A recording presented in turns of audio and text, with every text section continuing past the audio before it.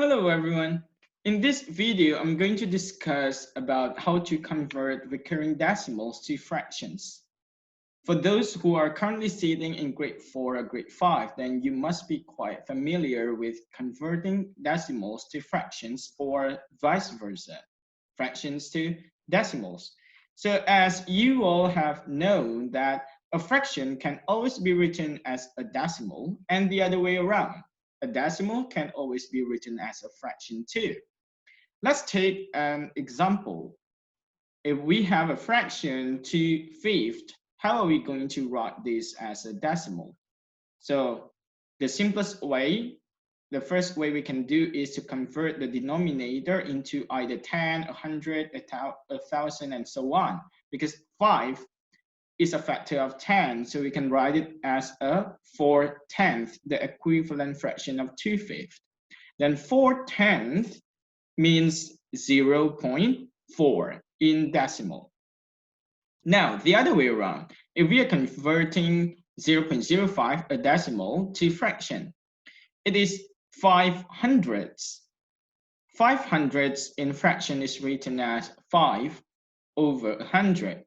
And if you simplify the fraction, then it gives us 1/20 or 1/20. So this is how we convert simple fraction to decimal and decimal to fraction. What about recurring decimals? So recurring decimals means decimals in which the digits don't terminate or don't end. Now, like for example, 0.3333 and so on. And then we have 0.1111, and we have 1.4545, and then we have 5.0777. So and so on. Okay, there can be a lot of recurring decimals. Like you see here, there is one digit recurring, while in this decimal, there are 2 digits recurring. In this decimal, there is 1 digit recurring, but after another digit, which doesn't recur. So how are we going to write them as a fraction? All right, let's try to convert the first recurring decimal to a fraction, 0.33333. Now, is it the same as 3/10, which is actually 0.3? The answer is, it's not. All right, so what is 0.33 in a fraction? Let's take 1 unit as 0.333 and so on. All right, and the 10 units of it means it's 3.33333. You multiply this by 10 or to get the 10 units. All right, then now if you find the difference between the 1 unit and 10 units, that means that's equal to 9 units. 10 minus 1 is 9, and 3.333 minus 0.333 and so on. So it gives us 9 units is equal to 3. So if 9 units is equal to 3, 1 unit is equal to 3/9, which is 1/3. Now, you must have a question, why do we have to find 10 units and why do we have to subtract 1 from the 10 units? Now, the key in determining how many units we have to find is that you have to make sure that you will get a whole number, okay? And then after you subtract 10 units and 1 unit, it will give you a whole number too. Because we know that when we multiply 0.333 by 10, then we will get 3.33. And if you subtract these two numbers, then it will leave us only with a whole number 3. If you have a whole number here, then you will be able to find the value of 1 unit. So in the end of it, the key is to find the value of 1 unit of the decimal. So it means 1 unit, which is 0.33, is equal to 1 out of 3 as a fraction. Okay, now let's try another example, which is the second recurring decimal, 0.11111, and so on. So the same question for you, is it equal to 1 out of 10? Now you know the answer, that is not, it's not equal. All right, do you still remember the steps? First step is to find the value of 1 unit. So 1 unit is 0.11111. Look, there is only one recurring digit here, so you can multiply it by 10 to get a whole number, which is 1. Now, you can see the pattern, right? If you subtract 0.11 from 1.11, then it gives us only 1. So 10 units minus 1 unit is 9 units, and 9 units is 1. What do you think the value of 1 unit is? Perfect. 1 unit is equal to 1 out of 9. So 0.11 is actually 1 out of 9. It's pretty simple, isn't it? Now, what about a decimal in which the recurring digits is more than 1 digit? So like 1.4545, there are 2 recurring digits here, right? And if you want to convert this into a fraction, you do not have to include the whole number here. So it's 1 whole. So for sure, we have got 1 whole. So it's going to be a mixed number.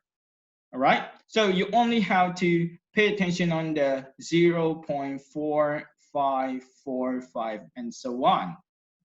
Now, the same goes here. Then we take 1 unit as 0.4545 and continuing. Look, you have 2 recurring digits. So if you try to find 10 units, okay, 10 units will give you 4.545 and so on. If you subtract this, do you think that you will be left with only a whole number? The answer is surely not. Look, the digits aren't the same, so it will not give you 0. Therefore, it will not leave you only with 4. So how many units do we have to find in order for us to get a whole number? The answer is 100 units. Now, look, 100 units is 45.4545 and so on. Then we can find the difference between 1 unit and 99 units now. So 45.4545 minus 0.4545, you can see the digits in the decimal places are the same. Therefore, if you subtract, it's going to give us 0. So it means 99 units is equal to 45. Now, what is the value of 1 unit? 45 out of 99, or we can simplify it to be 5 out of 11. And remember the 1 whole. Okay, so it's 1 whole, 45 out of 99, or 1 whole, 5 out of 11. So as you can see the difference here, when there are 2 recurring digits, it means that we have to find 100 units. Okay, now another different recurring decimal that we might find. So we have 5.0777 and so on. There is only one recurring decimal here, one recurring digit, sorry. So is it the same way as the previous one? As you can see here that the 1 unit of it is 0.0777. Again, the whole number does not have to be included. You can just write it as 5 whole in the mixed number later. So 1 unit is 0.0777. Now, if we find 10 units, oops, sorry. So it should be 10 units. If you find 10 units and you subtract 10 units and 1 unit, will you get a whole number as your answer? The answer is not. As you can see here, the digits in the ones place are still 0 and 0. All right?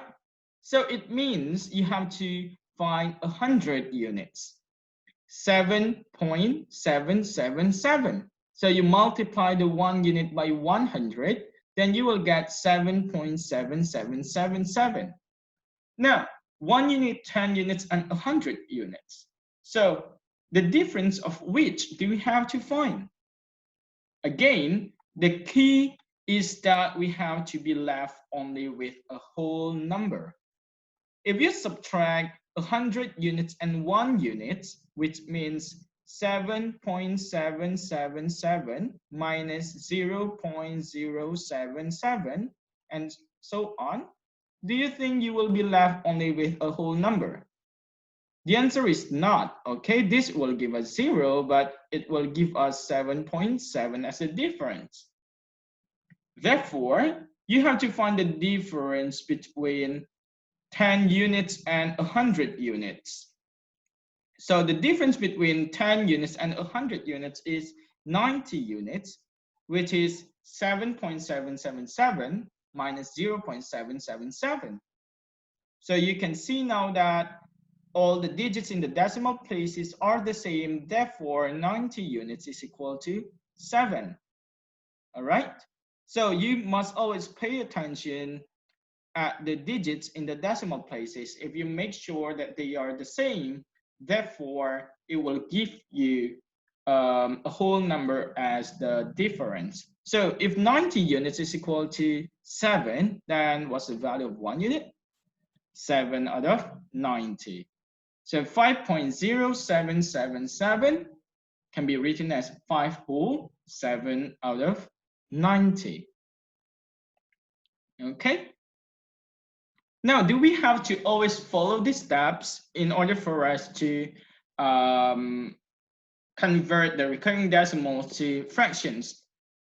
The answer is it depends. If you have mastered this, then there is a shortcut, which I'm going to discuss pretty shortly.